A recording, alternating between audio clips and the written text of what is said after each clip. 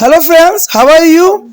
Welcome to Japan Study Center. Today we are going to see the chapter of geography and what is our topic today? The first question is the most important here. What do you know about their another word of country? That is most important here. According to the first chapter, size and location. The location is the most important is the topic. There is question is also there is important. What do you know about there is a another word of India? The location asks the question the location of the India and another word countries. There is a most important question. You know that that is important. And the answer here India occupy an important is a strategic and position in the South Asia. There is an important point here. The India occupy an important strategic position in the South Asia. That is South Asia. India shared to land boundary with the Afghanistan and Pakistan in the northern west. China, Nepal, Bhutan. There is a northern west and there is a northern and Myanmar, Bangladesh in the east. There is a most important here. The Bhutan of the northern, China, Nepal, and Bhutan is the northern, and the northern west country here boundary here Afghanistan, Pakistan. There's a northwest, and north is a China, Nepal, and Bhutan. A Myanmar and Bangladesh is there a eastern state, and the island states of Sri Lanka and the Maldives are over southern. Another word across the sea. The Sri Lanka is separated from India by a narrow channel of sea formed by the Pal, South and the Gulf of Mannar. While there is a Maldives and the island are situated into the south of the Lakshadweep Islands and the Pakistan, Nepal, Bhutan, Bangladesh and the India form the most natural geographical unit often referred to as the Indian is a subcontinent. There is a most important question for according to the size and location of the India. There is a neighborhood of the India country. There is a most important. I repeat again. The northern west is a country here. Boundaries is the Afghanistan, Pakistan, and there is the northern side boundaries shared by China, Nepal, and Bhutan, and also here the eastern side Myanmar and Bangladesh, and southern side is the most important island here Sri Lanka and Maldives.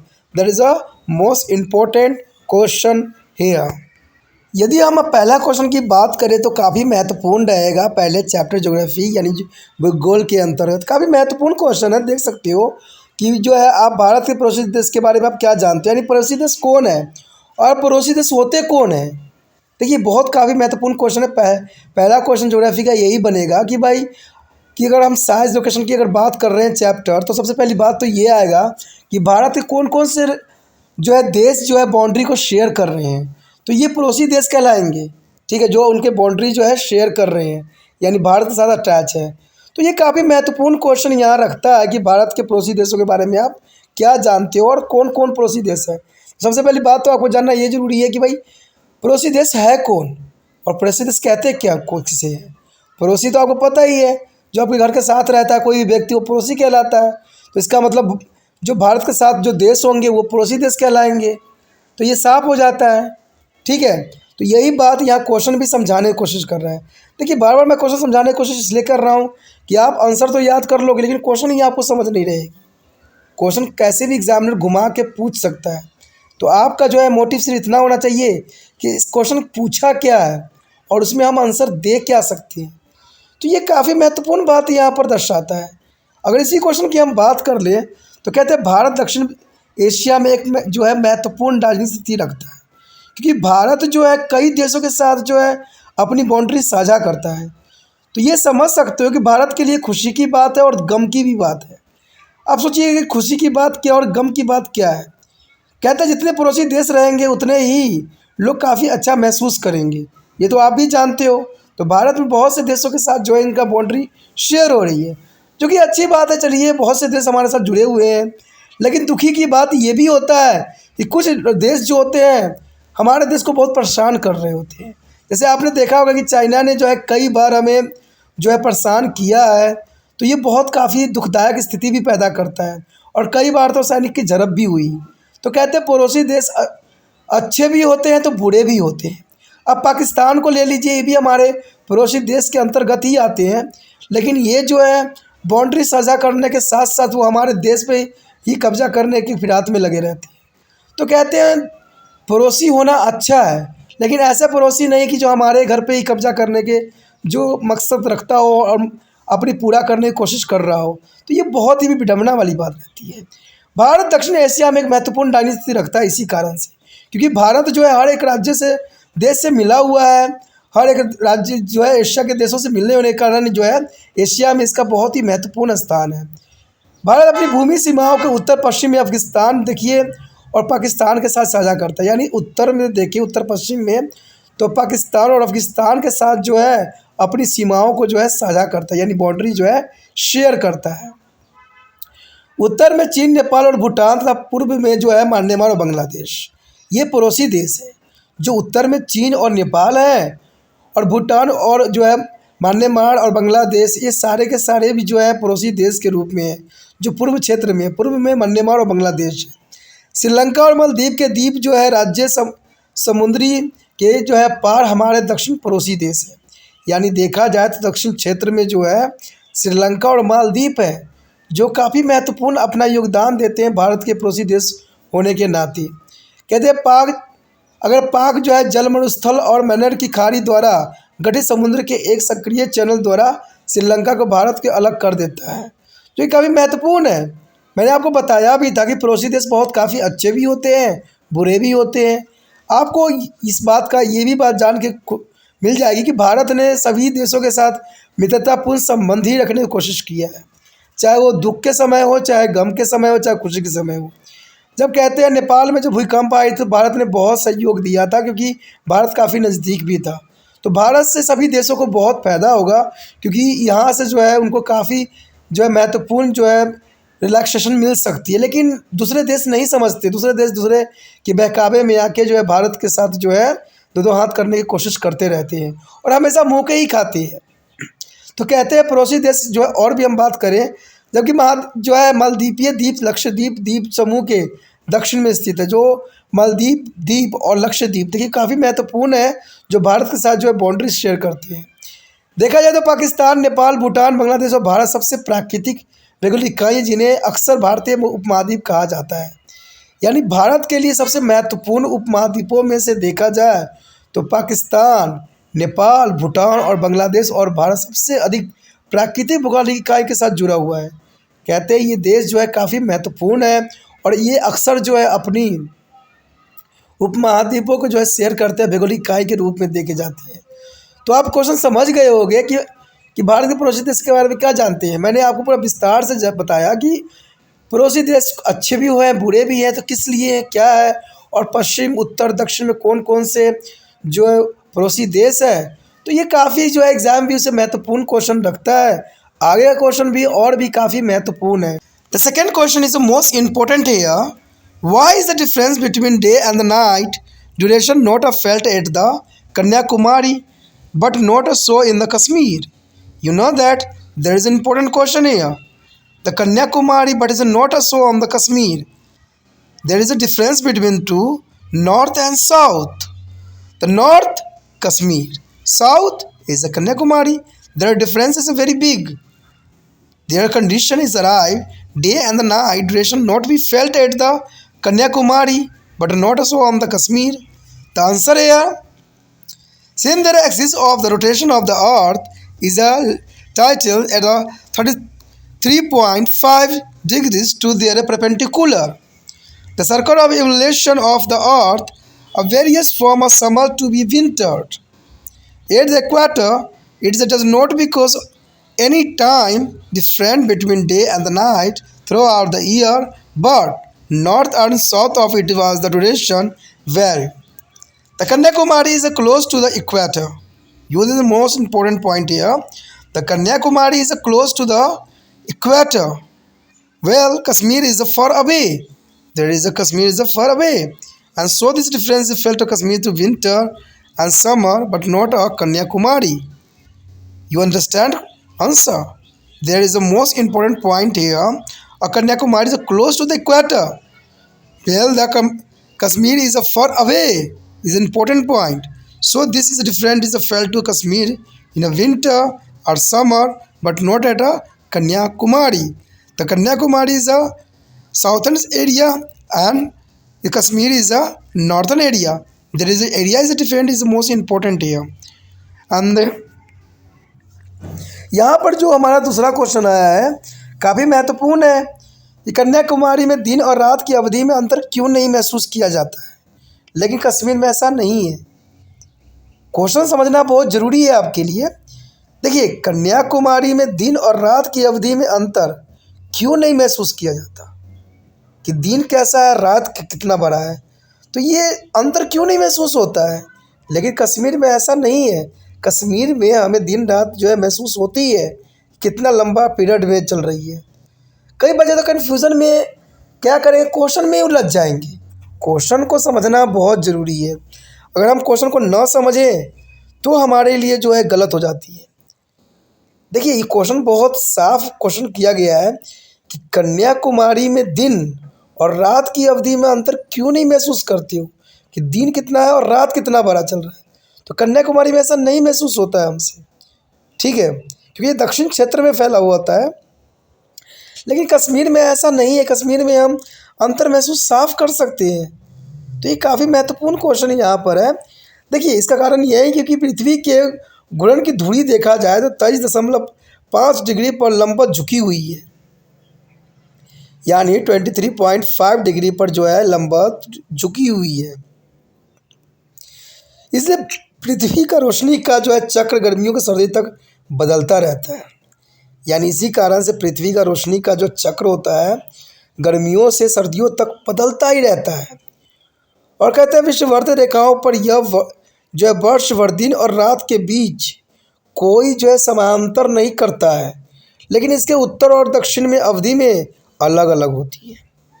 तो ये तो साफ बात यहाँ पर आ गया कि विषुववृत्त रेखाओं पर यह वर्ष भर दिन और रात के बीच कोई समांतर नहीं रहता है, क्योंकि इसके उत्तर दक्षिण अवधि की अलग अलग होती है। कन्याकुमारी जो है भूमध्य रेखा के करीब है। कन्याकुमारी जो है सबसे इम्पोर्टेंट बात यही रखता है कि कन्याकुमारी जो है भूमध्य रेखा के करीब है, जबकि कन्याकुमारी बहुत दूर है। सबसे बड़ा फर्क यही बनाता है कि कन्याकुमारी भूमध्य रेखा के करीब है, जबकि कश्मीर जो है बहुत ही दूर है।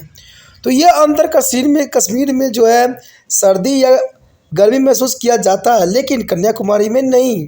तो ये बात आप समझ गए होंगे कि यह अंतर कश्मीर में सर्दी और गर्मी महसूस किया जाता है, क्योंकि ये जो है हमारा आप समझ सकते हो कि मानचित्र में अगर आप देखोगे तो हमारे ऊपर साइड में जो है आप कश्मीर है, और कश्मीर जो है कि ठंड इलाका है, ठीक है।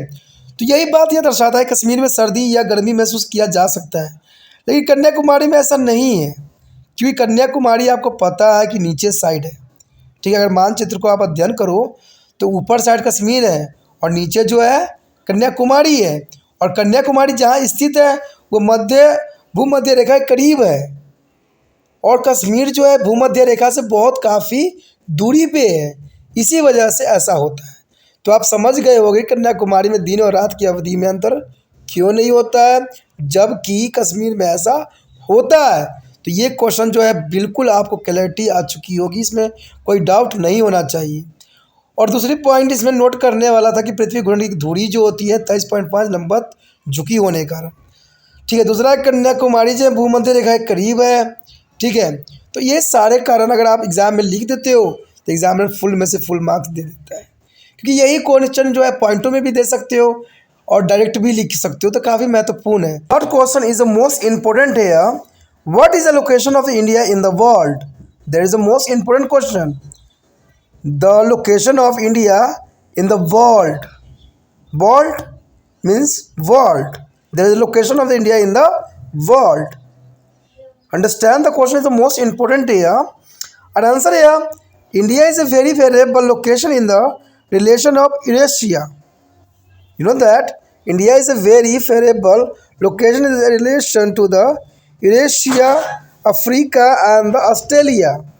It is occupy the center position in the eastern hemisphere of the Orient.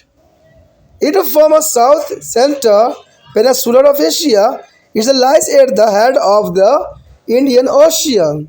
It is the largest country with the longest the coastlines of their Indian Ocean. The third largest ocean is rightly is named after the India as their Indian Ocean. The Indian as a location has many economical advantages. It is a help in their establishing economics and cultural contact with the east and the west in their same time. It is a favorable location on the world as a highway of trade and the commerce both to the east and west. There is a most important you understand in this question. There is a discussion here the southern central peninsula of the Asia, and it lies at the head of the Indian Ocean, and it is the largest country with the longest coastlines on the Indian Ocean. And third largest ocean is the rightly is named after India as their Indian Ocean. The India as a location has a mainly economical advantage and is a help in their establish economical and a cultural contact with the east and west at some time. There is a most important question for exam view. तीसरा question जो हमारे समक्ष आया है अत्यंत महत्वपूर्ण है कि विश्व में भारत का कौन सा स्थान है। देखिए ये काफ़ी महत्वपूर्ण क्वेश्चन है। हमने जहाँ बाउंड्री के जो शेयर की बात किया था वहीं पे इस क्वेश्चन में जो है भारत जो है विश्व में क्या स्थान रखता है। तो ये ज्योग्राफिकल रीजन से काफ़ी महत्वपूर्ण है। ठीक है, अगर ज्योग्राफी के अगर आप अध्ययन कर रहे हो तो इसमें जानना बहुत ज़रूरी है कि विश्व में भारत का कौन सा स्थान प्राप्त है, किस चीज़ में। आप यही सोच रहे हो कि इसमें क्वेश्चन जो है अटपटा सा है कि विश्व में भारत का कौन सा स्थान प्राप्त है, किस में, लोकेशन में ही होगा। ज्योग्राफी के हम अगर चैप्टर कर रहे हैं तो इसका मतलब है भारत के लोकेशन के बारे में ही यहाँ पर डिस्कस किया जाएगा कि भारत का जो है विश्व में लोकेशन किस प्रकार का है और क्या स्थान है। तो ये काफ़ी महत्वपूर्ण क्वेश्चन एग्जाम व्यू से बनता है। इस क्वेश्चन को छोड़ देना काफ़ी मानने में जो होगा मूर्खता रहेगा, क्योंकि हमने भारत की स्थिति को देखना है पूरे विश्व में। देखा जाए तो भारत यूरेशिया, अफ्रीका और ऑस्ट्रेलिया के संबंध में बहुत ही अनुकूल स्थिति में। ठीक है, अगर आप मानचित्र को देखो ध्यान से तो देखा जाता है कि भारत यूरेशिया, अफ्रीका, ऑस्ट्रेलिया के संबंध में बहुत ही अनुकूल स्थिति में है। ठीक है, होगा तो मैं आपको मानचित्र पे ही दर्शाने की कोशिश करूंगा और इसमें काफ़ी रहेगा आपके लिए महत्वपूर्ण रहेगा। और यह पूर्वी गोलार्ध या पूर्व में केंद्रीय स्थान रखता है और यह एशिया के दक्षिण मध्य एशिया का निर्माण भी करता है और यह हिंद महासागर के मुहाने पर स्थित है। कहते हैं यह हिंद महासागर पर सबसे लंबी जो है तटरेखा वाला सबसे बड़ा देश है। तीसरे सबसे बड़े देश जो है महासागर का नाम भारत के नाम पर ही रखा है। इसका नाम आप जानते ही हो, हिंद महासागर। कहते हैं हिंद महासागर जो है सबसे बड़े तीसरे सबसे बड़े महासागर है। इसका नाम हिंदुस्तान के नाम से रखा है। ठीक है, हिंद रखा गया यानी हिंद महासागर। तो भारत की स्थिति के कई आर्थिक लाभ है और इसने जो है प्राचीन काल में पूर्व और पश्चिम के साथ आर्थिक और सांस्कृतिक संपर्क स्थापित करने में काफ़ी मानने में मदद किया है और ये दुनिया के व्यापार और वाणिज्य के लिए राजमार्गों पर स्थित है। कहते हैं पूर्व और पश्चिम दोनों में काफ़ी महत्वपूर्ण स्थान रखते हैं। देखिए यही बात अगर दर्शाने के लिए अगर मैप की तरफ हम रुख करें तो मैप में आप में नज़र आएगा कि भारत की निष्पेक्षित अवस्थिति जो होगी 8 डिग्री जो है 4 उत्तर से लेकर 37 के लिए जो है अक्षांश तक और जो है 68 से 7 जो पूर्व से लेकर 97 से लेकर 25 पूर्व तक होगा। चलिए इसी बात को जो है समझने के लिए मैप का भी हम प्रयोग करके देखते हैं। मानचित्र के अध्ययन से भी इस बात को हम समझने की कोशिश करते हैं, फिर इस क्वेश्चन को जो है हम विस्तार पूर्वक समझने की और कोशिश करेंगे। तो चलिए देखते हैं मैप क्या है। अब इस मैप से आप समझ रहे होंगे कि पूरा विश्व में जो है काफ़ी महत्वपूर्ण है और भारत की स्थिति जो है कई मायने में इम्पोर्टेंट यहाँ पर दर्शाया गया है। ये हिंद महासागर, प्रशांत महासागर जो है काफ़ी जो है घेर रखा है, यानी देखा जाए तो भारत जो है निचले हर एक क्षेत्र से समुद्र से घिरा हुआ है। ऊपर जो है काफ़ी महत्वपूर्ण पड़ोसी देश आपको नज़र आ रहे होंगे और कई मायने में जो है पड़ोसी देश इम्पोर्टेंट यहाँ रखता है। चाइना का भी यहाँ पर काफ़ी महत्वपूर्ण स्थान है, पाकिस्तान का है, इवन कि अफगानिस्तान का भी है और साथ में उसके साथ कुछ क्षेत्रों पे जो है अमेरिका भी दिखेगा, ऑस्ट्रेलिया भी आपको दिखेगा और चाइना तो है ही है। तो ये काफ़ी महत्वपूर्ण यहाँ पर बनाता है इस क्वेश्चन को कि यहाँ पर जो है उनके विश्व में भारत का स्थान कितना महत्वपूर्ण है।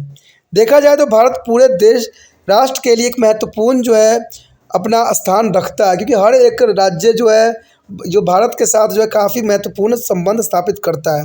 कहते हैं यहाँ पर देखा जाए समुद्री मार्ग भी भारत को जो है पूरे देश से साथ व्यापार करने में और इसके साथ जो है बाउंड्री साझा करने में काफ़ी महत्वपूर्ण योगदान देता है। तो ये काफ़ी इंपॉर्टेंट क्वेश्चन का अंतर्गत है। अब चलिए देखते हैं क्वेश्चन में इसी बात को हम जानने की कोशिश करें कि मैप जो हम अभी देखे हैं उस मैप के अंतर्गत क्वेश्चन में किस बात को यहाँ दर्शाया गया है कि भारत का जो है विश्व में क्या स्थान है। तो आप तो देख रहे होंगे यहाँ पर कि भारत का विश्व में क्या स्थान है, इसमें बताने वाले और दिखाने वाली कोई बड़ी बात नहीं है। भारत का स्थान जो है बहुत काफ़ी महत्वपूर्ण है और सबसे बड़ी महत्वपूर्णता को तो इस बात को दर्शाता है कि हिंद महासागर का नाम जो है भारत के नाम से ही पड़ा है, क्योंकि पहले भारत को हिंदुस्तान के नाम से जाना जाता, इसलिए इसको हिंद के नाम से जो है हिंद महासागर का नाम रखा, जो तीसरा सबसे बड़ा महासागर है। ठीक है, अब देख सकते हो कितने सारे जो है नीले दिख रहे हैं, वो सब सागर को रिप्रेजेंट किया जा रहा है। तो भारत का लोकेशन बहुत काफ़ी महत्वपूर्ण रखता है विश्व के लिए।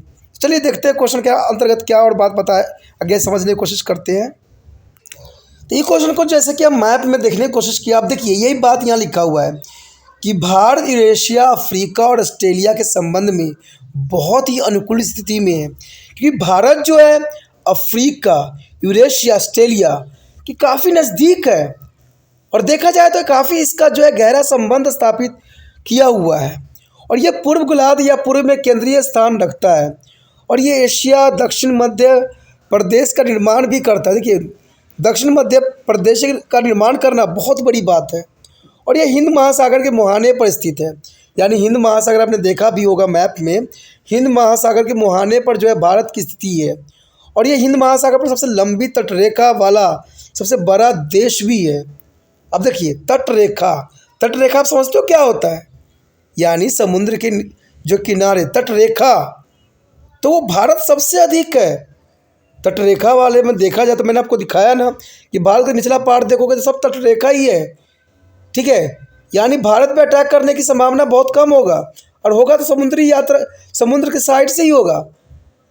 ठीक है ना, और उधर से देखा जाए तो ऊपर से जो है आपको चाइना, पाकिस्तान, म्यांमार ये सब प्रॉब्लम क्रिएट कर सकते हैं, क्योंकि इनकी जो है लैंड जो है शेयरिंग हो रही है। लेकिन यहाँ पर अगर देखा जाए तो बहुत महत्वपूर्ण बात यही लगता है कि हिंद महासागर पर सबसे लंबे तटरेखा वाला सबसे बड़ा देश है और तीसरे सबसे बड़े महासागर का नाम जो है भारत के नाम पर रखा गया है, इसीलिए रखा गया हिंद महासागर। भारत की स्थिति को कई आर्थिक लाभ है, देखिए भारत की स्थिति के कारण कई देशों को लाभ इससे पहुंचता है व्यापार करने में, क्योंकि समुद्री मार्ग है तो व्यापार करना सरल हो जाता है। कहते हैं कई क्षेत्र के जो है बाउंड्री भी साझा हो रही है तो इससे भी व्यापार करना बहुत ही आसान हो जाता है। इसलिए प्राचीन काल से पूर्व और पश्चिम के साथ आर्थिक और संस्कृति संपर्क स्थापित करने में काफ़ी मदद किया है। आपको पता ही होगा कि भारत की जब खोज हुई तो अभी तक वास्को डी गामा ने जो है समुद्री मार्ग को ही उसने जो है मेन प्रायोरिटी दिया और समुद्री मार्ग से ही भारत में प्रवेश भी किया और ये दुनिया के व्यापार और वाणिज्य के लिए राजमार्ग पर स्थित है और पूर्व और पश्चिम दोनों देशों के लिए काफ़ी फायदेमंद है। The fourth question is the most important here, describe the location and size of India in a 3 point of each. There is some important the location and the size. The chapter is also location and size. Mean this question is the most important for the exam view. Describe the location and the size of India. The first of all, see here location. The location is the most important and 3 point also important here. The location, India is there a 7th largest country in the world. You know that India is a 7th largest country in the world, which lies entire in the northern hemisphere. And second point here, the mainland extend between the altitude of 80 degrees and 4 north and the 37.6 is the northern, and there are longitudes to the 68, 7 and east and 97 and 25 is the east. There is a good location for the India here. You know that? I repeat that the mainland extends to between the longitudes of 8 degrees 4 north and 37 degrees 6 is the northern, and there are longitudes of 69 8 and 7 eastern and 97 to the 25 east. And the third is point here, the tropic of Cancer. There are tropicals of Cancer is there are 23 degrees 30 north and divided their country into the almost two equal parts. The next here the size. The size is the most important here on this question. The size is here the land is marks of India has an area of 3.28 million square kilometer. There is important here. The largest country in the world is a position. There is a size here area on the landmarks is a 3.28 million square kilometer. The India is a total area account for about 2.4% of the total geographical area of the world. And third point is India has a land boundary about to the 15,200 kilometer and total length of the coastline is 7,516.6 kilometer. There is the most important here size. They understand to the size and location. यदि बात हम करें भारत की स्थिति और आकार की जो है कुछ पॉइंटों पर, तो ये काफ़ी महत्वपूर्ण रहेगा। देखिए एग्जाम व्यू से जो हमने यहाँ पर उठाया है सिर्फ 3 पॉइंट ही उठाया है और ये 3 पॉइंट काफ़ी हो जाता है। अगर 5 मार्क्स में अगर 6 पॉइंट दे रहे हो तो काफ़ी महत्वपूर्ण रखता है। तो ये नहीं कि हम सब जगह का जो है 5 दें और जो है इसके साइज़ के भी हम 5 दें, ऐसा कोई रूल रेगुलेशन नहीं है। तो ये काफ़ी महत्वपूर्ण क्वेश्चन यहाँ पर आता है क्योंकि चैप्टर भी हमारा जो है यही है कि भारत की स्थिति और आकार, इसके रिगार्डिंग जो है ये क्वेश्चन काफ़ी महत्वपूर्ण है। और इसमें हम मैप में भी जानने की कोशिश करेंगे कि इसकी साइज़ की जो लोकेशन है किस प्रकार की है। तो सबसे पहले हम आंसर को देख लें कि आंसर किस रूप में दिखाया गया। जब मैप आप समझोगे तो इसका और भी जो है बाद में मैं रिपीट करूँगा। तो यहाँ पर अगर हम देखें लोकेशन की बात यानी जगह की बात देखें तो भारत की अगर हम देखें स्थिति तो भारत विश्व का 7वां बड़ा सबसे देश है। ठीक है, देखिए भारत जो है 7वां बड़ा देश है क्षेत्रफल की दृष्टि से कह लो। ठीक है, जो जोग्राफिकल रीजन के रिगार्डिंग कर लो। अगर जनसंख्या में देखा जाए तो भारत जो है दूसरे पोजीशन पे है। पहला चीन है जो आपको पता ही होगा, दूसरा भारत है। लेकिन चीन की बात यह है कि उसके पास जो है बाउंड्री लाइन बहुत काफ़ी अधिक है, लेकिन भारत के पास जो है बाउंड्री लाइन बहुत ही कम है। यानी भारत के पास एरिया जो है बहुत ही कम है, चाइना के साथ अधिक है। तो वहाँ पर चलिए जनसंख्या इतना अधिक है तो कुछ फ़र्क नहीं पड़ता है, लेकिन भारत में जो है साइज़ जो है छोटा होने के कारण जनसंख्या अधिक है जगह छोटा लेकिन जनसंख्या अधिक है। तो इसलिए जो भारत का अगर देखा जाए तो ज्योग्राफिक ग्रोथ के अंतर्गत भारत का जो है 7वां बड़ा देश माना गया है। ठीक है, भारत जो है 7वां बड़ा देश है और मुख्य भूमि अक्षांश जो है 8.4 उत्तर और 37 डिग्री जो है 6 उत्तर और देशांत में 68 डिग्री 72 पूर्व और जो है 97 डिग्री 25 पूर्व के बीच फैली हुई है।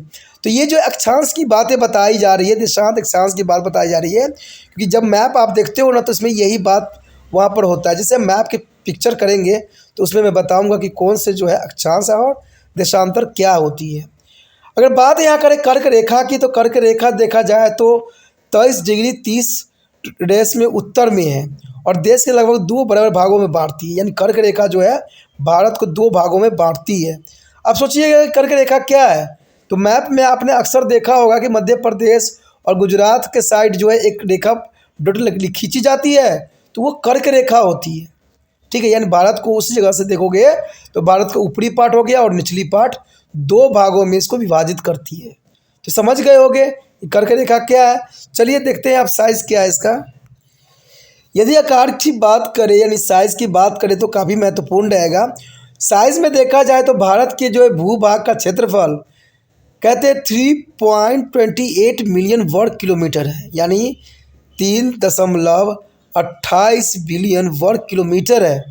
तो ये काफ़ी देखा जाए तो काफ़ी अधिक तो नहीं है, लेकिन फिर भी कहते हैं भारत का कुल क्षेत्रफल विश्व के कुल भौतिक क्षेत्रफल का लगभग 2.4% है। देखिए भारत कुल क्षेत्रफल जो है विश्व के कुल भौगोलिक क्षेत्रफल के लगभग सिर्फ 2.4% है। यानी देखा जाए इसके अंतर्गत तो बहुत ही छोटा एरिया भारत के पास है, लेकिन जनसंख्या दूसरा नंबर पे है। तो ये काफ़ी महत्वपूर्ण बात यहाँ पर आता है कि 2.4% ही जो है हमारे आकार में है। भारत की भू सीमाएँ लगभग जो है 15,200 किलोमीटर है और समुद्र की जो है कुल ऊंचाई यानी समुद्र से भारत की कुल ऊंचाई जो है 7,516.6 किलोमीटर है। तो ये काफ़ी महत्वपूर्ण बात है। चलिए मैप में देखने की कोशिश करते हैं और समझने की कोशिश करते हैं कि आखिर ये बात क्या है और क्यों ऐसा बताया जा रहा है। अब यहाँ पर आप देख सकते हो कि भारत जो है पूरे विश्व में कितना छोटा सा नज़र आ रहा है, तभी जो है भारत को 7वां स्थान प्राप्त है। तो आप देख सकते हो इसमें कोई बात बुरी और नहीं है, आपको क्लैरिटी नहीं आई ऐसी बात नहीं है। इसमें देख सकते हो कि भारत का जो लोकेशन है 7वां स्थान इस रिगार्डिंग प्राप्त है, क्योंकि इससे भी जो है 6 बड़े बड़े देश यहाँ पर आपको नज़र आ रहा होगा। तो ये काफ़ी महत्वपूर्ण बात है। अगर इसी बात को अक्षांश देशांश के बीच में हम देखें तो हमें दूसरा मैप देखना पड़ेगा। अब देखिए यही बात जो है हम अगर अक्षांश देशांश के रूप में देखें तो मैंने आपको कहा था कि जो कर्क रेखा टॉपिकल ऑफ कैंसर, देखिए भारत को बीचे बीच पार्ट से जो है डिवाइड कर रखा है। जहाँ पर इंडिया आप लिखा हुआ दिख रहा है आपको, वो जो है टॉपिकल कैंसर रेखाएं हैं जो भारत को 2 भागों में विभक्त कर रहा है। एक तो हो गया आपका देखिए नॉर्थर्न साइड हो गया और एक होगा आपका साउथ साइड हो गया। तो भारत को 2 भागों में विभाजित करने में काफ़ी इसका महत्वपूर्ण स्थान है। आप सोचिएगा कि भारत की लंबाई साइज़ कैसे है, तो आप देखिएगा कि यहाँ पर जो लाइन खींची हुई जो आपस में क्रॉस कर रही है, जहाँ पर 2933 किलोमीटर लिखा हुआ है, तो यहाँ से लेके यहाँ तक देखिएगा तो इसे कुल जो है किलोमीटर की जो है 2933 किलोमीटर की क्षेत्रफल ही हमें मिला हुआ है। ठीक है, अगर वही बात को अगर हम दर्शाने की कोशिश करें तो इसको हम अगर डिग्री के रूप में देखें तो देखिए 68 डिग्री 7 के अंतर्गत है और 97 डिग्री 25 की, जिसके हमने चर्चा किया था और यही बात को हम समझने की कोशिश किया था। देखिए ये सारे आपको दिख रहे होंगे, नज़र आ रहा होगा। अगर नीचे की पार्ट की बात करें हम, देखिए नीचे के साइड अगर आप जाइएगा तो इसकी जो दूरियां हैं 3214 किलोमीटर की दूरियां हैं, यानी कश्मीर से कन्याकुमारी तक देखा जाए तो 3214 किलोमीटर की दूरी है। ठीक है, अगर इसी के जो है आपको बीच में डॉट डॉट रेखाएँ भी जो है दर्शाई गई होगी, और यहाँ पर जो है अगर आप डॉट डॉट रेखा देख रहे होगे हर जगह, तो यहाँ पर 12 कहीं लिखा हुआ है, 16 लिखा हुआ है, 20। तो ये सारे अक्षांशों को दर्शाते हैं जो कि काफ़ी महत्वपूर्ण है। आपका कन्फ्यूज़न नहीं होगा क्योंकि मैप के साथ आपने इस क्वेश्चन को समझने की कोशिश किया है। मैंने ये भी दर्शाया आपको कि भारत का जो है लोकेशन पूरे विश्व में कितने स्थान पे है, और आपने देखा भी होगा कि उसकी भारत में जो है साइज़ कितनी रही है।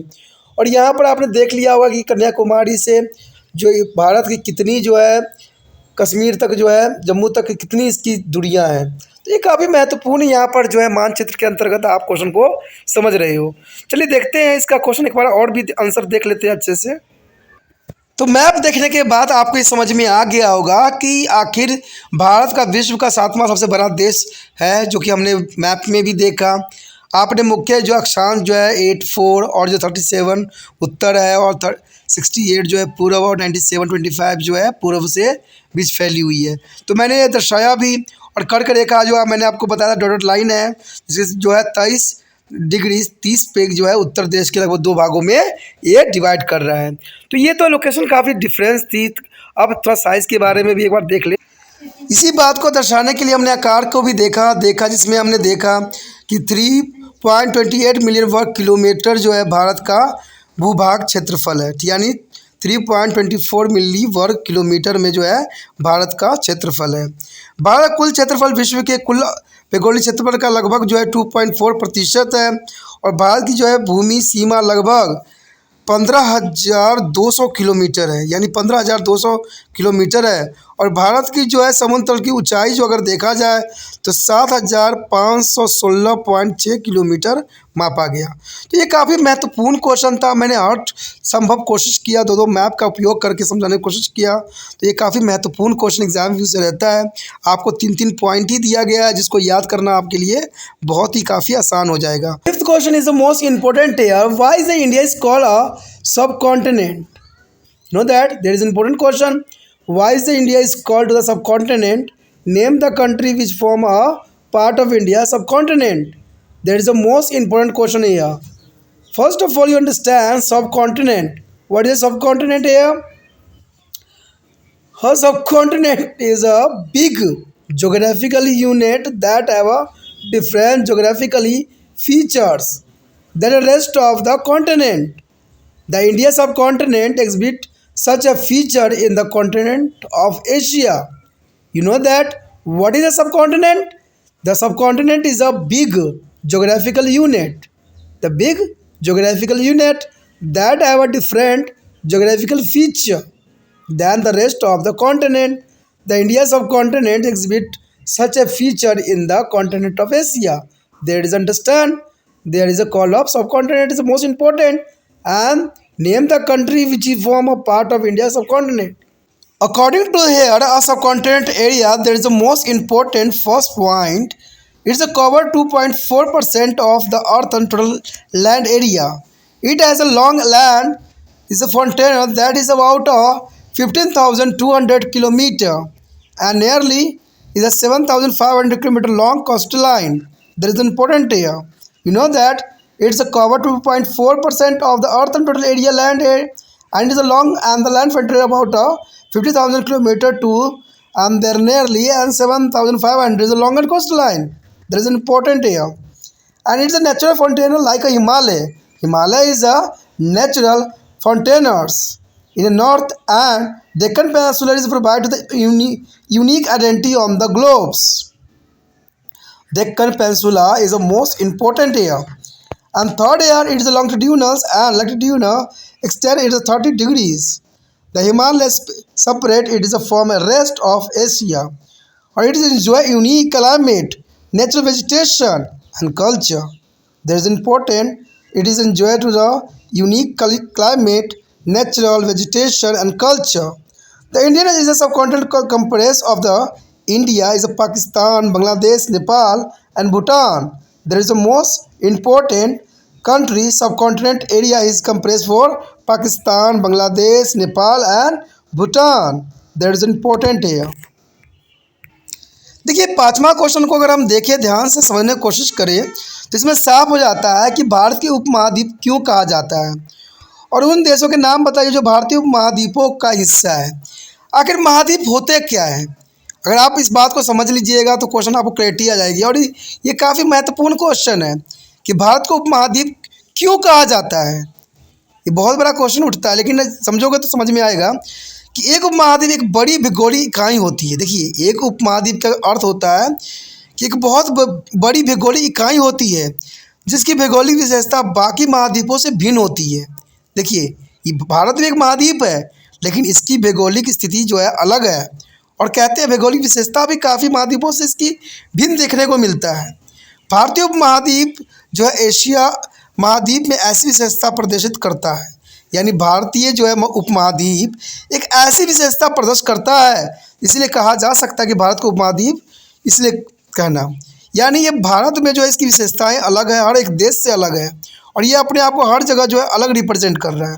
तो आप समझ सकते हो कि एक उपमहाद्वीप एक बड़ी भौगोलिक इकाई है, यानी देखा जाए तो भारत जो है एक बहुत बड़ी भौगोलिक इकाई है और भौगोलिक विशेषता बाकी महाद्वीपों से इसकी जो है काफ़ी भिन्न है, यानी काफ़ी अलग है और भारतीय उपमहाद्वीप एशिया में ऐसी विशेषता पर प्रदर्शित करता है जो कभी किसी देश में न हो। तो इसीलिए कहा जा सकता है कि भारत जो है उपमहाद्वीप कहना गलत नहीं होगा।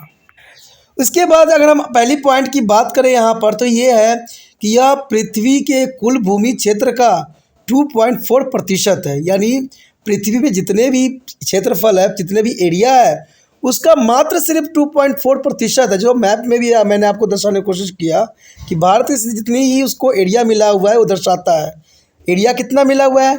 2.4% ही भारत को मिला हुआ है एरिया, यानी पृथ्वी में जितने क्षेत्रफल कुल जितने क्षेत्रफल है उसमें से सिर्फ 2.4% ही हमें प्राप्त है। और इसकी जो है लंबी भूमि सीमा जो लगभग 15,200 से लेके किलोमीटर से लेके 7,500 किलोमीटर जो है लंबी तटरेखा है। तो समझ गए होंगे कि काफ़ी महत्वपूर्ण बात है कि 15,200 किलोमीटर है और सिर्फ कहते हैं 7,500 किलोमीटर लंबी तटरेखा है। और इसकी प्राकृतिक सीमाएं जैसे उत्तर में आपने देखा होगा कि हिमालय और दक्कन प्रायद्वीप क्षेत्र विश्व में एक विशेष पहचान प्रदान करती है। आपको पता है कि भारत जो है मैक्सिमम जो हिमालय क्षेत्र के कारण नहीं जाना जाता है कि हिमालय क्षेत्र बहुत दुर्गम स्थल है जहाँ पर कोई व्यक्ति को जाना संभव नहीं रहता है, तो इसलिए भारत में जो है इसका बहुत काफ़ी महत्वपूर्ण स्थान है। और दूसरी बात आता है दक्षिणीय प्रायद्वीपीय, यानी दक्षिणी प्रायद्वीपीय विश्व में एक विशेष पहचान प्रदान किया है भारत को।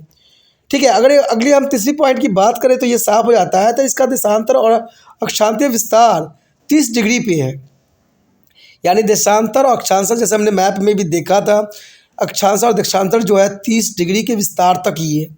ठीक है, हिमालय इसे शेष एशिया के से अलग करता है।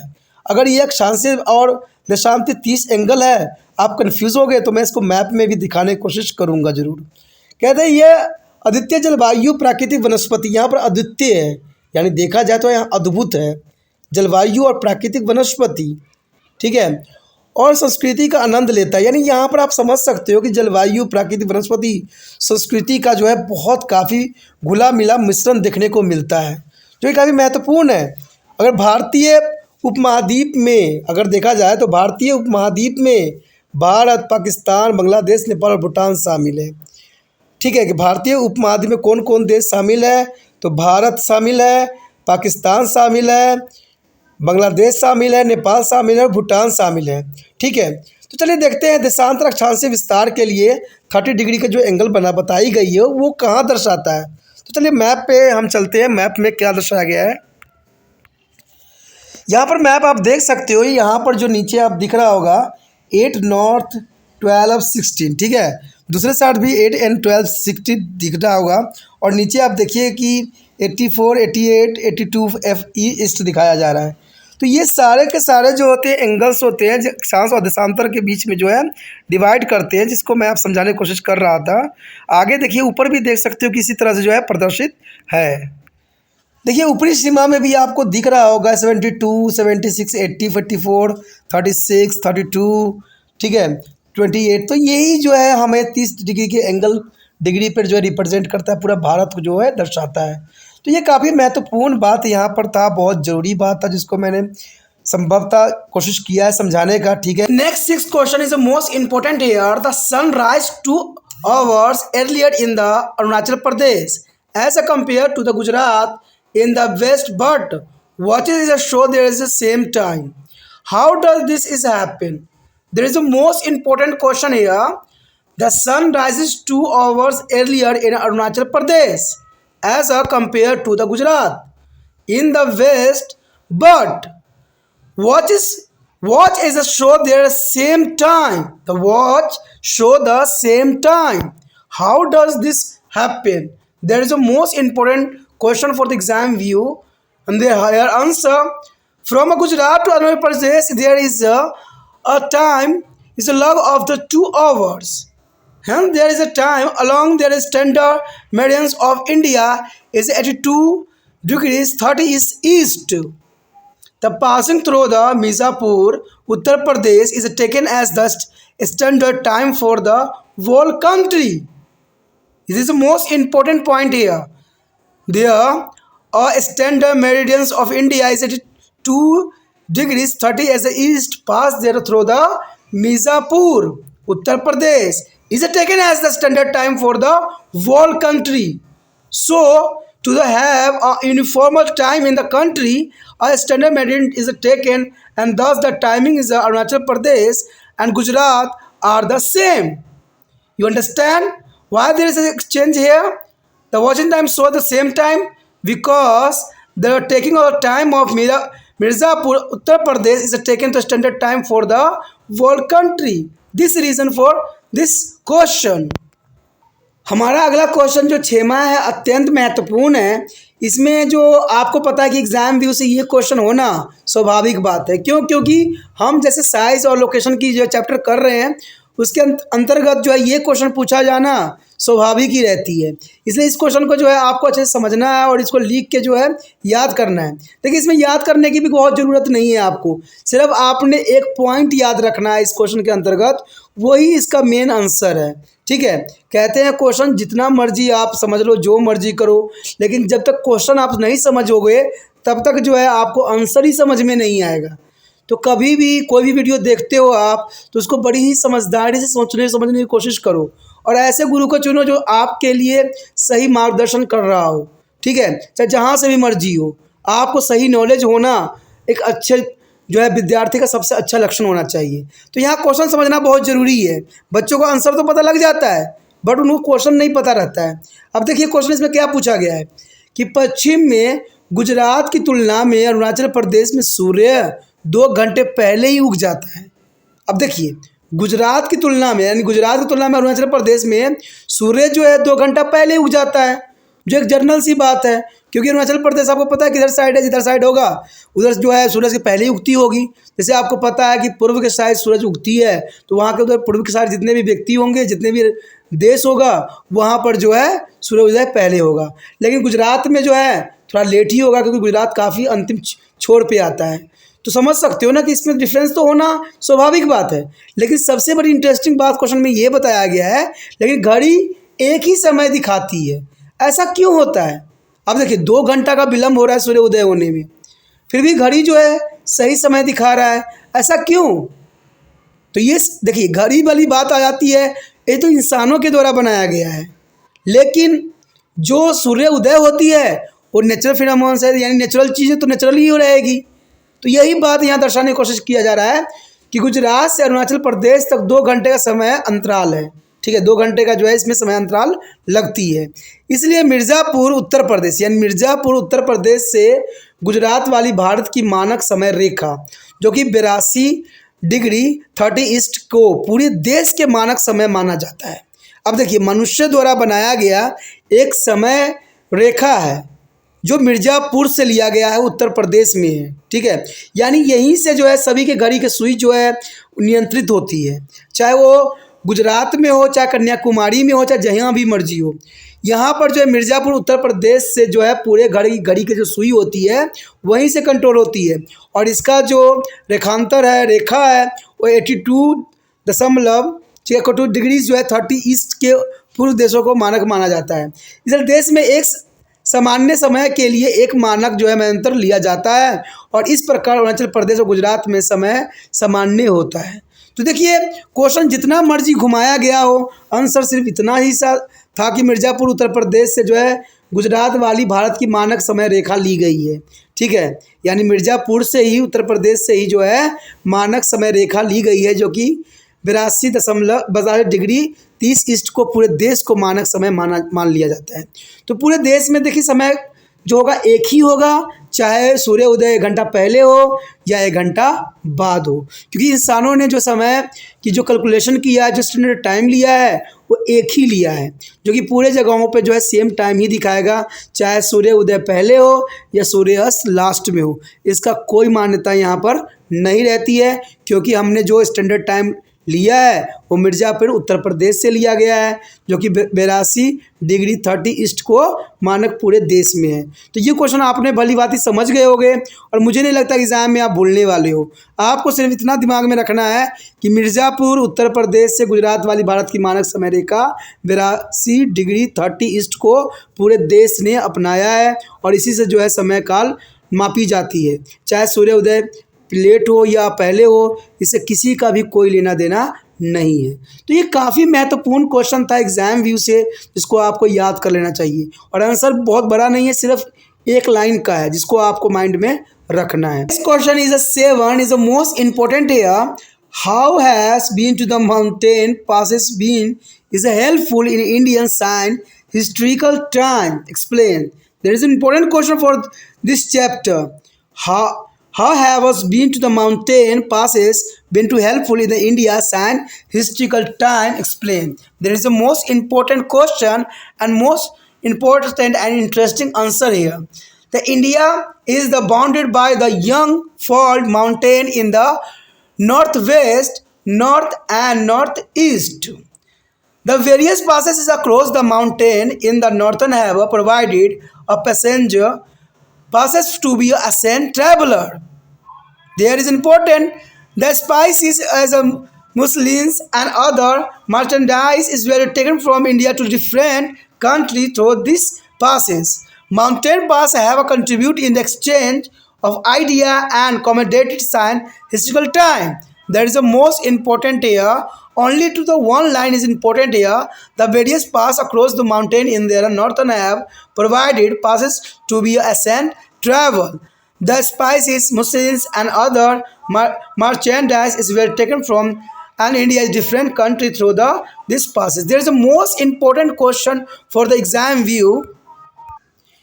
यहाँ पर जो हमारे समक्ष क्वेश्चन आया है 7वां, अत्यंत महत्वपूर्ण है।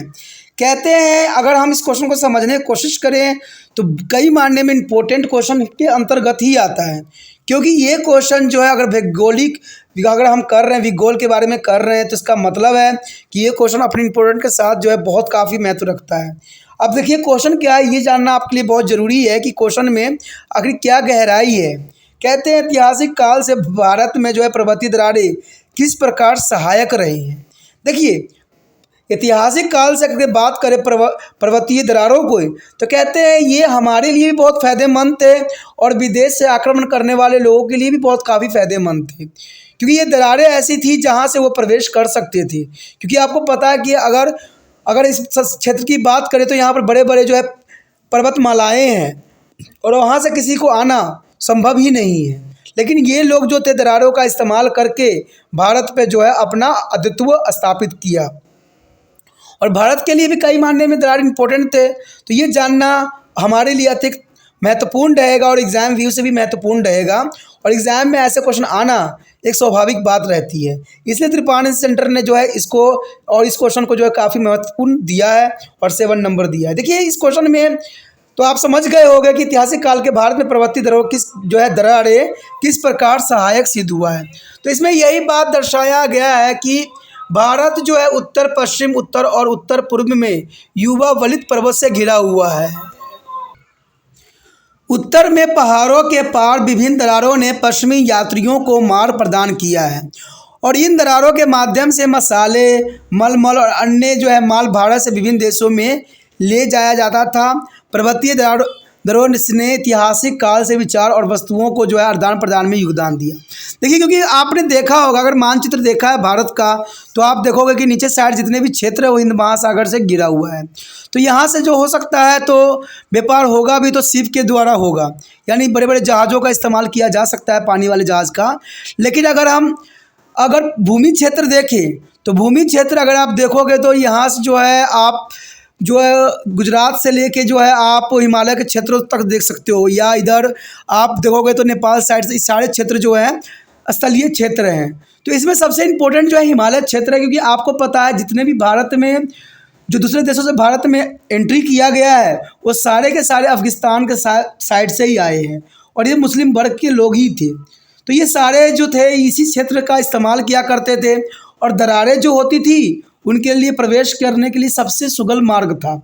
और इसी कारण से जो है ये पर्वतमाला जो है बहुत काफ़ी महत्वपूर्ण योगदान दिया भारत में आक्रमण करने वाले लोगों के लिए भी, और जो व्यापार स्थापित करना चाहते थे उनके लिए भी। और भारत ने भी इसी रास्ते के द्वारा जो है सभी देशों से संबंध स्थापित किया और व्यापार भी किया, जो कई मायने में महत्वपूर्ण था। तो आप समझ गए होंगे कि ऐतिहासिक काल में भारत पर्वतीय दरारें किस प्रकार सहायक था। तो देखा जाए तो इसमें आपने देख लिया कि पूरी क्षेत्र जो है पर्वतमालाएँ जो है, चाहे वो उत्तर पश्चिम हो, या उत्तर हो या उत्तर पूर्व में हो, सारे के सारे बलित पर्वतों से घिरा पड़ा है। यानी चारों तरफ से जो है ये युवा बलित पर्वतों से घिरा पड़ा हुआ है, और इसी कारण जो है जलवायु में भी बहुत काफ़ी अंतर देखने को मिलता है भारत की जलवायु और दूसरे देशों की जलवायु में। क्योंकि ये पर्वतमालाएँ जो होती है भारत में ऐसे बहुत से जो हवाएं होती है उसको प्रवेश करने से जो है रोक देती है। तो कहते हैं क्वेश्चन की गहराइयों को समझोगे तो काफ़ी महत्वपूर्ण रहेगा। तो ये बहुत जो है चल रही पवनों को जो है अपने देश में एंट्री करने नहीं देती है, ये रिटर्न कर देती है, जिसकी वजह से बहुत सी समस्याओं से हम लोग बच जाते हैं। यानी ये पर्वतमालाएँ भारत के लिए देखा जाए तो एक तरह का सुरक्षा कवच है, और अभी के समय में अगर देखा जाए तो दुर्गम रास्ता भी है जहाँ से पर्वतमालाओं को जो है क्रॉस करना किसी भी देश के लिए संभव नहीं रह जाता है। तो ये काफ़ी महत्वपूर्ण है, और ये बलित पर्वतें होती जो हैं जो काफ़ी महत्वपूर्ण होता है। और ये उत्तर पहाड़ के जो है पार विभिन्न दरारें प्राचीन यात्रियों के मार्ग भी प्रदान किया, और इसके द्वारा उन्होंने चाहे मसाले हो, मलमल हो, या अन्य भारत के विभिन्न देशों में ले जाना लाना, हर तरह के कार्य जो है इन दरारों के माध्यम से ही किया गया। और पर्वतीय दरारों में ऐतिहासिक काल के विचार और वस्तुओं का आदान प्रदान में भी काफ़ी महत्वपूर्ण योगदान दिया। तो देखा जाए तो ये क्वेश्चन काफ़ी महत्वपूर्ण था एग्जाम व्यू से, और इसको आपको कर लेना चाहिए अच्छे से याद, ठीक है। अगर क्वेश्चन में मुझे कुछ भी आपको डाउट लगता है, कुछ भी प्रॉब्लम लगती है, तो आप कमेंट कर सकते हो। Next question is 8th is the most important important for the exam view. How has the long coastal lines been to beneficial to the India? There is a most important question here. How has the long coastal lines been to beneficial to the India? The answer here, The Arabian Sea and the Bay of Bengal extension of the India is ocean. Lies to be the west and east of the India Peninsula, and the India is ocean, the lies to be its south. The total length of the coastal line of the main land of India is included to Andaman and Nicobar and Lakshadweep is 7,516.6 km. The long coastal line of India has a help in the maritime trade since to the ages. The central location of the India at the head of the India is ocean has a provide it a strategic location. Along there is a trans-India is ocean routes. India can be established close contact with the is a West Asia, Africa, and Europe from the western coast and with the southeast and East Asia from the eastern coast. The long coastal lines has also played a major role in the influencing the climate of India. There is an important line here. The long coastal line has also played a major role in influencing the climate of India. It's a provide to the opportunity for the fishing and extract of petroleum. It has served as a natural boundary protecting India. There is a most important question. I repeat answer again. The Arabian Sea and the West of Bengal extension of the India Oceans is important. There are only Arabian Sea and Bay of Bengal. There is important point here. The lie to be west and east of India Peninsula and India Ocean is the lies in the south. The total length of the coastal line of the main land of India is included Andaman and Nicobar and Lakshadweep. There is the most important 7,516.6 km. There is an important point for exam view. The total length of the coastal line here 7,516.6 km, and there are location here are included Andaman and Nicobar, Lakshadweep.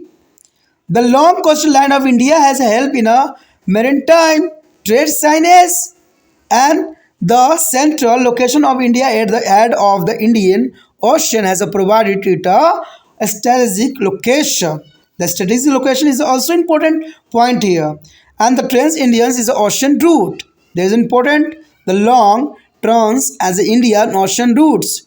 India can establish close contact with the West Asia and Africa, Europe from a western coastal and with the southeast and East Asia from to eastern coast. There is also important line, and the next line important here. The long coastal line has also play a major role in influence the climate of India. There is an important line. Note down the long coastal line has also play a major role in influencing the climate of India. The effect of the climate on this coastal line here, and it is a provide to the opportunity for the fishing and extraction of petroleum. It is serve as a natural boundary protecting India. There is a most important question and most important answer. अगला question जो हमारे समक्ष आया है वो बहुत काफ़ी महत्वपूर्ण है। Question number 8। देखिए क्वेश्चन नंबर 8 जो है इसमें बहुत काफ़ी कुछ जो है समेट रखा है अपने आप में। अगर इसको आप समझिएगा तो कहते हैं आपको काफ़ी चैप्टर जो है अंडरस्टैंडिंग हो जाएगी इसी क्वेश्चन से, क्योंकि देखिए त्रिपाण सेंटर जो है उन क्वेश्चनों को लेता है जो पूरे चैप्टर का निचोड़ होता है। ठीक है, तो ये हर समय हर साल जो है काफ़ी महत्वपूर्ण क्वेश्चन के रूप में आपके लिए हेल्पफुल हो सकता है। ठीक है, तो इसके सिवा क्वेश्चन हो ही नहीं सकता, बन ही नहीं सकता। कितना घुमा के एग्जामिनर देगा, इतना घुमा के जितना जो है आप सिंपलिसिटी उसको कर सको। तो ये काफ़ी महत्वपूर्ण बात यहाँ पर रखता है। अगर इसी क्वेश्चन की हम बात करें तो देखिए कितना इंपॉर्टेंट है कि लंबी तटरेखा भारत के लिए किस प्रकार लाभदायक रही है। अब यहाँ पर बात की गई है हमारा लंबी तटरेखा की। ठीक है, जो लंबी तटरेखा होती है वो किस प्रकार भारत के लिए लाभदायक सिद्ध हुआ है। देखिए लाभदायक सिद्ध होना बहुत जरूरी, जैसे हमारे लिए अभी पढ़ा है हमने कि दरारें जो है किस प्रकार माउंटेन जो है उसमें दरारें होती है वो किस प्रकार भारत के लिए हेल्पफुल था और किस प्रकार जो है विदेशियों के लिए भी हेल्पफुल था। तो इस तरह ये क्वेश्चन भी काफ़ी महत्वपूर्ण रखता है कि लंबी तटरेखा भारत के लिए किस प्रकार लाभदायक रही है। अब देखिए, यही बात को अगर हम जानें तो कहते हैं अरब सागर और बंगाल की खाड़ी, हिंद महासागर का विस्तार और भारतीय प्रद्वीप के पश्चिम से पूर्व में स्थित। ये काफ़ी महत्वपूर्ण बात बता रही है कि अरब सागर, बंगाल की खाड़ी और हिंद महासागर का विस्तार जो कि काफ़ी बड़ी है। भारतीय प्रायद्वीप पश्चिम और पूर्व में स्थित है और हिंद महासागर इसके दक्षिण में स्थित है। अंडमान और निकोबार और लक्षद्वीप सहित भारत के मुख्य भूमि की तटरेखा की कुल लंबाई, देखिए लंबाई कम नहीं है, 7,516.6 किलोमीटर है। तो ये काफ़ी लंबी रेखाएं हैं। आप देख सकते हो कि 7,516.6 किलोमीटर होना आम बात नहीं है। तो यानी सबसे जो है लंबी तटरेखा मानी जा सकती है। भारत की लंबी तटरेखा ने युगों से समुद्री व्यापार में काफ़ी मदद किया है, क्योंकि आपने जाना भी है और समझा ही है कि भारत में जो वास्को डी गामा का प्रवेश था वो समुद्री मार्ग ही था। और ये बहुत बड़ी बात इंपॉर्टेंट यहाँ पर रखता है कि लंबी तटरेखा ने युगों में बहुत से जो है समुद्री व्यापारों में काफ़ी मदद किया है और इसे सुगम रास्ता भी कहा जा सकता है। ठीक है, हिंद महासागर के शीर्ष पर भारत के केंद्रीय स्थान ने से ट्रांस हिंद महासागर मार्गों के साथ एक राजनीतिक स्थान भी प्रदान किया है। देखिए, ये हिंद महासागर के कारण, देखिए हिंद महासागर का नाम जो है भारत के यानी हिंदुस्तान के नाम से पड़ा हुआ है। तो कहा जा सकता है कि एक अधिकार जो है हिंद महासागर का भारत का ही रहेगा। तो यही बात यहाँ भी दर्शाने की कोशिश किया गया है कि भारत के केंद्रीय स्थान से इसे ट्रांस हिंद महासागर मार्ग के साथ एक राजनीतिक स्थान प्रदान करता है, यानी पूरे विश्व के साथ जो है एक राजनीतिक जो है जोड़ता है, राजनीतिक बंधनों में जोड़ देता है। भारत जो है पश्चिम तट से पूर्वी जो है पश्चिम एशिया, अफ्रीका, यूरोप के साथ तथा पूर्व तट से दक्षिण पूर्व और पूर्वी एशिया के साथ निकट संपर्क स्थापित कर सकता है। कहते हैं लंबी तटरेखा ने भारत की जलवायु को काफ़ी प्रभावित भी किया है। यानी देखा जाए तो लंबी तटरेखा ने भारत की जलवायु को प्रभावित करने में प्रमुख भूमिका निभाई है। अब सोचिएगा कि जलवायु किस प्रकार जो है यहाँ पर जो है भारत को प्रभावित करेगा। तो आपको ये बात जानकर काफ़ी हैरानी होगी कि भारत में अगर देखा जाए तो बहुत से विपदाएं जो है नहीं आती है। कारण क्या है? इसके बड़े बड़े जो है तटरेखा है, बड़े बड़े हिमालय हैं। ठीक है, तो इन्हीं कारणों के कारण जो है जलवायु काफ़ी प्रभावित होती है। ठीक है, चारों तरफ समुद्र से घिरा हुआ है तो जलवायु तो प्रभावित होगी। पानी क्षेत्र रहेगा तो जलवायु प्रभावित होगी। माउंटेन क्षेत्र रहेगा तो जलवायु प्रभावित रहेगी। माउंटेन देखिए अपने तरफ से जो है कोई भी दूसरे देशों से आने वाली हवा को हमारे भारत में प्रवेश करने से साफ रोक देती है। तो ये काफ़ी महत्वपूर्ण बात है। और समुद्र से अगर मान लीजिए हवा गुजर रहा है, तेज हवाएं चल रही है, तो उसका जो है समुद्र में भी प्रभाव कुछ न कुछ दिखाएगा। तो ये काफ़ी महत्वपूर्ण बात रखता है। कहते हैं ये मछली पकड़ने और पेट्रोल के निष्कासन के अवसर भी काफ़ी अच्छे रूप में प्रदान करता है। यह भारत की रक्षा करने वाले जो है प्राकृतिक सीमा के रूप में भी कार्य करते हैं, क्योंकि कहते हैं इतने बड़े समुद्र मार्ग को है अगर पार करना किसी भी देश के लिए संभव नहीं है। ठीक है, तो इसीलिए जो है ये काफ़ी महत्वपूर्ण है इनके तटरेखा। और कहते हैं जो मछुआरे होते हैं और जो पेट्रोलियम निष्कासन करने के वाले व्यक्ति सब होते हैं उनके लिए काफ़ी महत्वपूर्ण जो है तटरेखा यूज़ करते हैं। तो तटरेखा देखिए जितना लंबा तटरेखा होगा उतना फ़ायदे में रहेंगे, उतने जो है मछली पकड़ने को उनको अवसर भी प्राप्त होगा। तो ये देखा जाए तो ये लंबी तटरेखा होना भारत के लिए काफ़ी लाभदायक सिद्ध हुआ है और इसके लिए जो है इसके जनजीवन काफ़ी प्रभावित रहती है। तो ये क्वेश्चन भी कई मायने में देखा जाए तो काफ़ी महत्वपूर्ण है और आपके लिए समझ के लिए भी ज़रूरी है। अगर आपको नहीं समझ में आ रहा है नहीं है तो मुझे बताइए कमेंट करके कि कैसे बताया जाए जो आपको अच्छे समझ में आ जाए। ठीक है, मैं दोबारा रिपीट करके बता देता हूँ आंसर क्या है। देखिए शॉर्ट में कि आपको पता होगा कि भारत के लंबी तटरेखा जो है अरब सागर, बंगाल की खाड़ी, हिंद महासागर जो है पूरा विस्तार क्षेत्र है। इसी 3 क्षेत्र में जो है पूरे जो है तटरेखा ये उपलब्ध है। और इसकी तटरेखा की जो अगर हम गणना करें तो अंडमान निकोबार और लक्षद्वीप भारत के मुख्य तटरेखा की कुल लंबाई 7,516.6 किलोमीटर है। और ये जो है भारत के लंबी तटरेखा होने के कारण जो है युगों से जो है समुद्री व्यापारियों के लिए काफ़ी मददगार सिद्ध हुआ है। और हिंद महासागर जो है शीर्ष पर भारत के केंद्रीय स्थान से ट्रांस हिंद महासागर के साथ राजनीतिक स्थान पर भी प्रदान किया गया है। और भारत पश्चिम तट के पश्चिम एशिया, अफ्रीका, यूरोप के साथ जो है पूर्वी तट से जो है दक्षिण पूर्व और पूर्वी एशिया के साथ निकट संपर्क स्थापित कर किया है। किसके साथ? पश्चिम एशिया, अफ्रीका और यूरोप के साथ। तो ये पॉइंट बन गया। लंबी तटरेखा ने भारत की जलवायु काफ़ी प्रभावित भी किया है, कि भूमिका भी निभाता है। जलवायु का भी इसमें काफ़ी महत्वपूर्ण योगदान देता है लंबी तटरेखा, ठीक है। और लंबी तटरेखा के कारण जो होता है मछली पकड़ने वाले और पेट्रोलियम निष्कासन करने वाले को भी काफ़ी सहायता प्रदान करता है, और यह भारत की रक्षा करने वाले प्राकृतिक सीमा के रूप में भी कार्य करता है। आप क्लियर हो गया होगा आपको आंसर, कोई डाउट नहीं होगा। इसको अगर पॉइंट ऑफ व्यू से भी करोगे तो काफ़ी महत्वपूर्ण ये आपके लिए बन जाएगा। Ninth question is the most important here. What was the contribution of the land routes for to the India is ancient time, explain. There is a most important question here. What was the contribution of the land routes to the India in ancient time, and they explain. The answer here is the most important. The contribution of the land routes to the India in ancient time are given below. The large land boundary of India has helped to be developed link with their neighborhood countries. There is an important point. Is the first, the large land boundaries of India has helped to be developed links with the her neighboring countries. There is important. And B here, it's a contribute in exchange of idea and commodities and since ancient time. There is also second point is important to contribute it in the exchange of idea and commodities and ancient time. Exchange of idea. At the next here, the C, the idea of the is Upanishad and the Ramayana is Gita, etc. have become now to the world. There is important here point. The idea of the Upanishad, Ramayana, and the Gita and Mahabharata have to become now to be in the world. And here the India is a numerous as well as the decimal system is a long back across the border, and the Arabs took this idea to be best. There is a most important here. The Indians numerals as well as the decimal system is a long back across to be a border, and the Arabs and took this as the idea to the west. And the next point is also important. The spicy, musulison and other merchandise were taken away from the India to different country through this land route. You know that there is a most important point. The spicy and muslins and the other merchandise is were to taken away from the India to different countries through this land of routes. And the next and the last point is the most important here. On the other hand, the influence of Greek sculpture and the architecture style of the domes and the minarets from West Asia can be seen in their different part of our countries. There is also important here.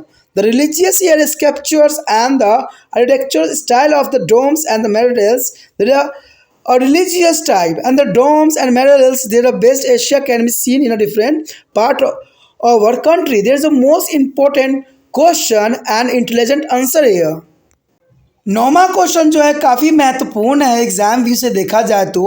जितना हमने question किया सभी के क्वेश्चनों का जो है ये question जो है निचोड़ क्वेश्चन है, यानी देखा जाए तो सभी क्वेश्चन जितने क्वेश्चन किया है उसके मिला के ये क्वेश्चन बनना स्वाभाविक था, क्योंकि प्राचीन काल में स्थल मार्गों का भारत को क्या योगदान था, व्याख्या करना है। देखिए प्राचीन काल में स्थल मार्गों का जो है भारत का क्या योगदान रहा, यानी भारत ने क्या योगदान दिया पूरे विश्व के लिए।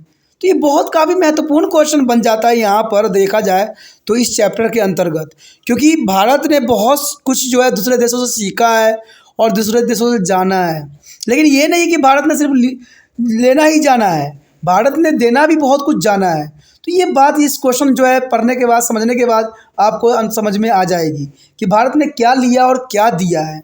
कहते हैं भारत के पास भी बहुत ऐसे धरोहर है जो पूरे विश्व के साथ साझा किया गया है, और आज विश्व ने इसी साझा के कारण जो है अपने आप को आगे बढ़ा लिया, लेकिन भारत जो है अभी भी पीछे रह गया। तो ये काफ़ी महत्वपूर्ण यहाँ पर योगदान है भारत का पूरे विश्व के लिए। कहते हैं प्राचीन काल में भारत के स्थल मार्ग का योगदान नीचे कुछ पॉइंटों से आपको समझ में आ जाएगा। अगर पहले पॉइंट के अंतर्गत हम देखें तो इसमें साफ हो जाता है कि भारत के विशाल जो है भूमि, यानी भारत की विशाल भूमि ने उसके पड़ोसी देशों के साथ संबंध विकसित करने में काफ़ी मदद किया है, क्योंकि इसके आपने देखा होगा तटरेखा काफ़ी लंबी है, ठीक है। तो देखा जाए तो भारत की विशाल भूमि सीमाएं ने उसके पड़ोसी देशों के साथ संबंध विकसित करने में मदद की है। और देखा जाए तो भारत के बहुत से देश जो है पड़ोसी देश के रूप में विद्यमान है। तो ये काफ़ी महत्वपूर्ण है और बहुत से देशों से जो है भारत बहुत कुछ सीखा भी है और जाना भी है और समस्या को भी झेला है। कहते हैं अगर बी पॉइंट की बात करें तो इसने जो है प्राचीन काल से विचारों और वस्तुओं के आदान प्रदान में काफ़ी योगदान दिया है। यानी विचारों का भी काफ़ी प्राचीन समय से और वस्तुओं का आदान प्रदान होना स्वाभाविक बात बन गई है, क्योंकि ये काफ़ी महत्वपूर्ण बात रहता है। अगर बात सी करें हम तो इसमें बहुत ही महत्वपूर्ण और गहरी बातों को बताने की कोशिश किया गया है। देखिए, भारत ने उपनिषद हो, रामायण हो, गीता हो आदि का विचार दुनिया के को ज्ञात हो गए हैं। यानी रामायण में जो बातें लिखी गई थी, उपनिषदों में लिखी गई थी, इवन कि आपको पता है कि भारत में चरक संहिता का जो है शुभ आरंभ हुई थी और इसी में जो है सर्जरी की सारी बातें लिखी गई थी। लेकिन अगर आप देखोगे तो इंडिया की सर्जरी इतनी पावरफुल नहीं है जितनी विदेश की है। और विदेश वालों ने ये सर्जिकल सिस्टम सीखा कहाँ से? हमारे देश से सीखा और उन्होंने जो है अपनी टेक्नोलॉजी बढ़ा के उस चीज़ों को जो है आगे बढ़ा लिया। तो ये काफ़ी महत्वपूर्ण बात यहाँ पर आ जाता है कि भारत से पूरे विश्व ने सीखा है, बहुत कुछ जाना है। और कहते हैं भारत से ही कॉपी करके उन्होंने अपना जो है उस पर मोहर लगा दिया कि हमने ये स्टिमुलेट किया है। और आज जो है हम देखिए विदेशी किताब पढ़ रहे हैं। कहते हैं हमारे देश में जो किताबें हैं, इतने उपनिषद हैं, इतने आपके गीता रामायण है, देखा जाए तो यहाँ तक कि आप चरक संहिता सब है, सारे में सभी दुख दर्द का हर चीज़ का बातें जो है विस्तार पूर्वक लिखी गई है और समझाई गई है। कहते हैं ऐसा कोई भी बीमारी नहीं जिसका इलाज ना हो, लेकिन फिर भी जो है हम विदेशी की तरफ जो है अपनी नज़रें टिकाए रखे होते हैं, क्योंकि हम लोग विदेशों के जो है चीज़ों पे काफ़ी आकर्षित हो रहे हैं। इसका कारण तो यही बना ना। तो ये क्वेश्चन भी हमें काफ़ी कुछ समझाने के लिए पर्याप्त है कि उपनिषद हो, रामायण हो, गीता आदि के विचार दुनिया को ज्ञात हुआ है तो वो जो है प्राचीन काल स्थल मार्गों के कारण ही संभव हो पाया है। अगर मार्ग नहीं होता तो वो लोग भारत से परिचित नहीं होते और उनको ये सब बातों का ज्ञान शायद नहीं होता। यदि हम डी पार्ट की बात करें तो ये भी काफ़ी महत्वपूर्णता को दर्शा रहा है कि भारतीय अंकों के साथ साथ दशमलव प्रणाली बहुत पहले सीमा पार कर गई थी और अरब इन विचारों के पश्चिम ले गए। अब देखिए कितना महत्वपूर्ण बात आता है कि भारतीयों ने जो है अंकों का जो है गणना करवाया, दशमलव प्रणाली दी, ठीक है, और कहते बहुत सीमा ये पार कर गई और पूरे देश में ये फैल गया। आप सोच रहे हो कि जो कंप्यूटर का विकास हुआ है वो विदेशों में हुआ है, लेकिन आपको शायद इस बात की नॉलेज नहीं है कि जो कंप्यूटर में कोडिंग होती है 0 1 की, तो आपको ये एहसास होना चाहिए कि 0 की खोज भारत में हुई थी। तो अमेरिका वालों ने या विदेशों वालों ने भारत से इसको लेके और कंप्यूटर का आविष्कार कर लिया, तो वो उन्होंने अपना नाम का थप्पा लगा दिया। लेकिन उन्होंने ये नहीं कहा कि जो उन्होंने कोडिंग बनाई कंप्यूटर की 0 और 1 वो भारत के से लिया गया। तो आप समझ सकते हो कि भारत का देन हर एक क्षेत्र में है, हर एक देशों को है, लेकिन वो लोग जो है कृत्य घन है और वो जो है उपकार को नहीं मान रहे हैं। तो ये क्वेश्चन भी इस बात को दर्शा रहा है कि 0 का खोज हो या दशमलव का खोज हो, वो सब भारत में ही हुआ और भारत के विद्वानों ने ही किया। सबसे पहले सूरज में जब ग्रहण लगी थी तो आर्यभट्ट ने इस बात को साफ कर दिया था, लेकिन आज नासा वाले कहते हैं कि आज हमने खोज करके पूरे अपना जो है मोहर लगा दिया। तो ये बात काफ़ी क्वेश्चन दर्शा रहा है, काफ़ी महत्वता को बता रहा है कि भारतीय अंकों के साथ साथ जो है दशमलव प्रणाली बहुत पहले सीमा पार कर गई थी और अरब इन विचारों को पश्चिम के ले गए। उसके पश्चात अगर हम ई पॉइंट की बात करें तो ये साफ करता है कि मसाले, मलमल और अन्य माल इन जो है स्थल मार्गों से भारत विभिन्न देशों में ले जाया जाता था। तो जनरल सी बात है कि स्थल मार्ग का इतना महत्वपूर्ण था कि दशमलव प्रणाली जो है सीमा पार कर सकता है, तो वहीं मसाले, मलमल, अन्य सामान क्यों नहीं कर सकता? तो देखा जाए तो अगर मसाले से जो उनको जो है रूबरू करवाया गया तो वो भारत ही था। वास्को डी गामा जब भारत में आया तो मसाले से इतना प्रभावित हुआ कि कहते हैं कि वो पूरा जहाज़ भर के मसाले यहाँ से ले गया और अपने देश में ले जाने के बाद उसने जो उसका व्यापार किया, कहते हैं उसको 10 गुना मुनाफा हुआ। फिर दोबारा वो ललायत हुआ, फिर दोबारा भारत में आया और ऐसे करते करते वहाँ के बहुत से लोग भारत में आए, भारत में शिफ्ट हुए और भारत पे ही जो कब्जा करके जो है अंग्रेज़ों के रूप में यहाँ विद्यमान हो गए और 250 साल तक जो है अपना राज किया और भारत को जो है नोच नोच कर धरती यहाँ से लेके चले गए। इवन कि कैनूर हीरा भी जो था वो भी भारत का था, अब जो है इंग्लैंड वालों का है। तो आप समझ सकते हो कितना कुछ जो है भारत से जो है लोगों ने लेके चले गए और अपना नाम का थप्पा लगवा लिया। तो ये काफ़ी महत्वपूर्ण बात यहाँ आता है क्वेश्चन में। अगर हम अंतिम पॉइंट की बात करें तो ये साफ हो जाता है कि दूसरी और ग्रीक मूर्ति कला का प्रभाव और पश्चिम एशिया के गुंबद और मीनारों की स्थापन शैली हमारे देश के विभिन्न हिस्सों में देखी जा सकती है। अब देखिए, अगर हम पेंटिंग की बात करें तो पेंटिंग में भी जो है विदेशी के जो जितने भी कलाकार हैं सब विदेशी कलाकार हैं, ठीक है। चाहे सरगिल हो या जो भी हो, आपने पेंटिंग अगर पढ़े होगा तो आपको एहसास होगी कि बहुत जो है, चाहे रोनाल्डो हो चाहे सरगिल हो, बहुत सारे विदेशी हैं और सब ने विदेशी के जो है अब हम पढ़ रहे हैं। लेकिन उनको भी पता है कि सारे पद्धति जो है भारत से ली गई, क्योंकि इसका साक्ष्य जो है पुरानी इमारत है जिस पे हर तरह के जो है तस्वीर बनाई गई, ठीक है। खंडरे हैं जहाँ पर तस्वीर देखने को मिली और तेलियाँ जो है पट्टियों से बनाई गई बहुत से हमें कलाकृति मिली। तो इससे क्या जाहिर होता है कि भारत में ये कला थी कि विदेश में कला थी, किसको सराहा जाना चाहिए। तो ये बहुत काफ़ी महत्वपूर्ण यहाँ पर क्वेश्चन था कि स्थल मार्ग जो है भारत के लिए और दूसरे देशों के लिए किस प्रकार जो है इम्पोर्टेंट था। तो आप समझ सकते हो कि भारत के जो स्थल मार्ग थे, इन्हीं स्थल मार्गों के कारण पूरे देश को जो है भारत की सभ्यताएं, भारत की जो है उपलब्धियाँ और भारत के ज्ञान से अवगत करवाया और उन्होंने जो है इन ज्ञानों को मॉडलाइज करके जो है काफ़ी फ़ायदा अपने देशों को पहुँचाया। तो देखा जाए तो भारत में हर चीज़ का ज्ञान है, हर चीज़ में सक्षम है भारत किसी से कम नहीं है। लेकिन भारत में कुछ नेता और राजनीति के कारण जो है भारत अभी पिछड़ रहा है। कहते हैं आज सिर्फ लोग अपने मकसद को ही जो है आगे बढ़ा रहे हैं, भारत को बढ़ाने की कोशिश कोई नहीं कर रहा है। सिर्फ अपना जो है अपना नाव चलाना चाहते हैं, अपना सिक्का चलाना चाहते हैं सिर्फ। तो ये बात जो है गलत है। कहते हैं भारत को हमेशा आगे बढ़ाने चाहिए और जो चीज़ हमसे दूसरे देशों ने ले लिया है उसको भारत में वापस कर लाने के लिए हर संभव कोशिश करना चाहिए। दोस्तों इसी के साथ हमारा जो है ज्योग्राफी का पूरा चैप्टर जितना त्रिपाण सेंटर को लगा वो क्वेश्चन 9th क्वेश्चन तक जो है काफ़ी महत्वता को दर्शाया। और ये काफ़ी 9th क्वेश्चन जो है आपको 9 क्वेश्चन जो आपको इसमें मिले हैं वो काफ़ी महत्वपूर्ण रहेंगे।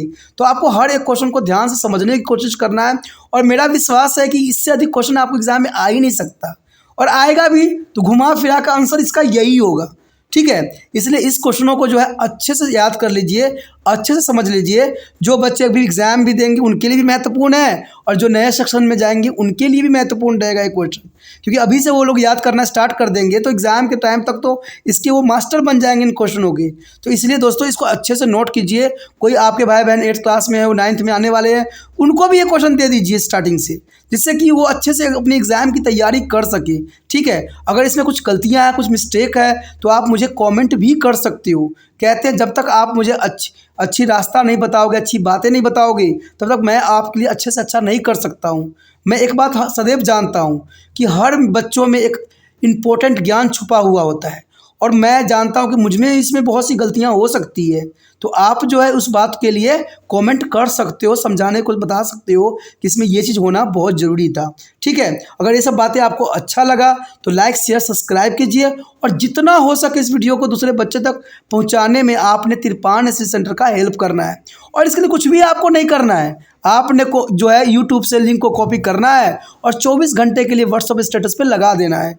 इसे जो व्यक्ति आपके कांटेक्ट में होंगे उनको ज़रूर ये वीडियो प्राप्त हो जाएगा और जिनको नहीं देखना है वो भी इग्नोर कर सकते हैं, इसमें कोई प्रॉब्लम नहीं है। कहते हैं अच्छी चीज़ों के लिए बोलने की आवश्यकता नहीं होती है। दोस्तों जो चीज़ आपकी है, जो चीज़ आपके लिए ज़रूरी है उसको तो आपको कैच करके लिख के अपने एग्ज़ाम की तैयारी में लगा देना चाहिए, क्योंकि मैं जानता हूँ ये क्वेश्चन बहुत काफ़ी महत्वपूर्ण है। चाहे आप सोचो या न सोचो ये आपकी प्रॉब्लम है, लेकिन त्रिपाण सेंटर ने इम्पोर्टेंट क्वेश्चन को ही इम्पोर्टेंट दिया है और इसके रिगार्डिंग आपको पूरा चैप्टर समझ में आ जाएगा, ठीक है। अगर पहली बार वीडियो देख रहे थे तो चैनल को सब्सक्राइब करके अपने मोबाइल में सेव जरूर कर लीजिए, तभी जो है आपको आने वाला समय में हर एक सब्जेक्ट का हर एक सिलेबस जो है आपको त्रिपाण सेंटर पे मिलेगा, चाहे वो 8th क्लास का हो चाहे MA तक हो। आपको समय रहते रहते सभी सब्जेक्ट का जो है वीडियो आपको त्रिपाण सेंटर पे अपलोड नज़र आएगा।